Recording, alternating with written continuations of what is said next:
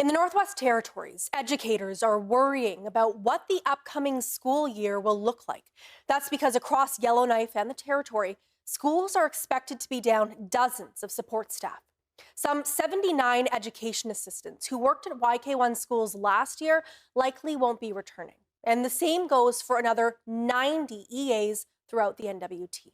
All of these positions were paid for through Jordan's Principle, which makes federal funding available for First Nations children who need extra supports.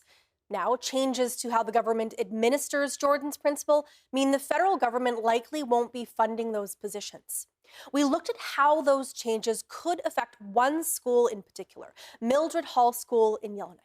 Sydney Cohen joins me now with what she found. So Sydney, why did you focus specifically on Mildred Hall? What's happening there? So Mildred Hall goes from JK to grade 8, and sources connected with the school told me that they consider it to have the highest needs of any elementary school in the YK1 school district. Mildred Hall teaches children with a wide range of needs, from children with cognitive disabilities to children who have trouble regulating their emotions. The school has been using Jordan's Principle funding for the last 8 years. Last year, Mildred Hall had 35 support staff funded through Jordan's Principle. It paid for staff who provided children with complex needs, academic and emotional support, mental health counseling, cultural education, and more. A teacher at Mildred Hall said that without Jordan's Principle support, the school will lose a lot of its ability to meet children's academic and emotional needs. CBC isn't naming the teacher to protect the identities of their students, but that teacher said that across Mildred Hall, there are children whose literacy is years below their grade level and that they need assistance beyond what a sole teacher in their classroom can provide. They also said sometimes children struggling with things like anxiety or complex trauma just need to sit in a quiet place for a while. But if there's only one adult in the classroom, no one will be able to take them out.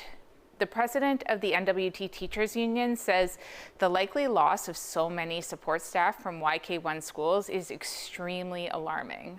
It is going to have a negative impact on those children, on their families, on the remaining support staff that are going to try to scramble to meet the needs of those children that have to have those needs met, and on classroom teachers that rely on those other caring adults to be there to support children in the way that they need to be supported.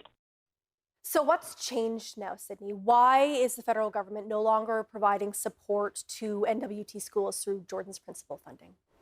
So Jordan's Principle is the legal obligation to provide First Nations children with the services they need when they need them. Disputes over which government should pay are meant to be sorted out later. Now, in February, the federal government announced broad changes to Jordan's Principle policy, including that it would no longer fund school-related requests from off-reserve schools, except in certain circumstances.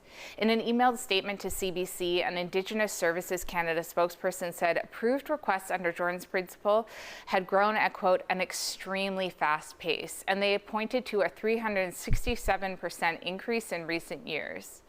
The spokesperson said that territorial governments are responsible for education for all children, including First Nations children. He said Canada already supports education in the territories through the transfer payments like territorial formula financing, and that individual families can make their own applications for Jordan's Principle support. Naomi Metallic is a lawyer from Listagouche Mi'kmaq First Nation in Quebec and a professor at Dalhousie University.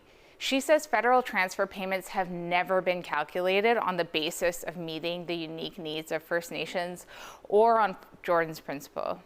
I also spoke with Brittany Matthews, who's with the First Nations Child and Family Caring Society.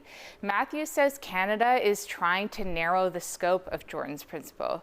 She says if the federal government believes the N.W.T is ultimately responsible for education supports for First Nations children, there are ways for them to eventually be reimbursed. And what has the N.W.T's response been to all of this?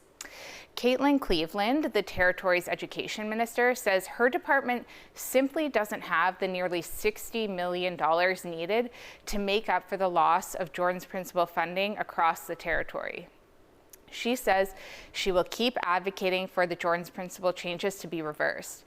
Now, Metallic, the lawyer and prof I mentioned earlier, says both N.W.T and Canada have a responsibility to ensure First Nations children don't fall through the cracks, and that there are actions people can take.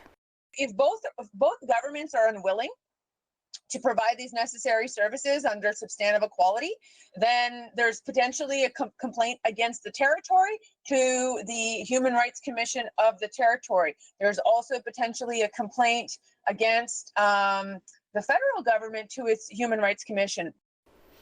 As of now, things are uncertain for students and educators, but it seems increasingly likely that those support staff won't be returning to N.W.T schools. Okay, thanks for all your work on this, Sydney. Thank you.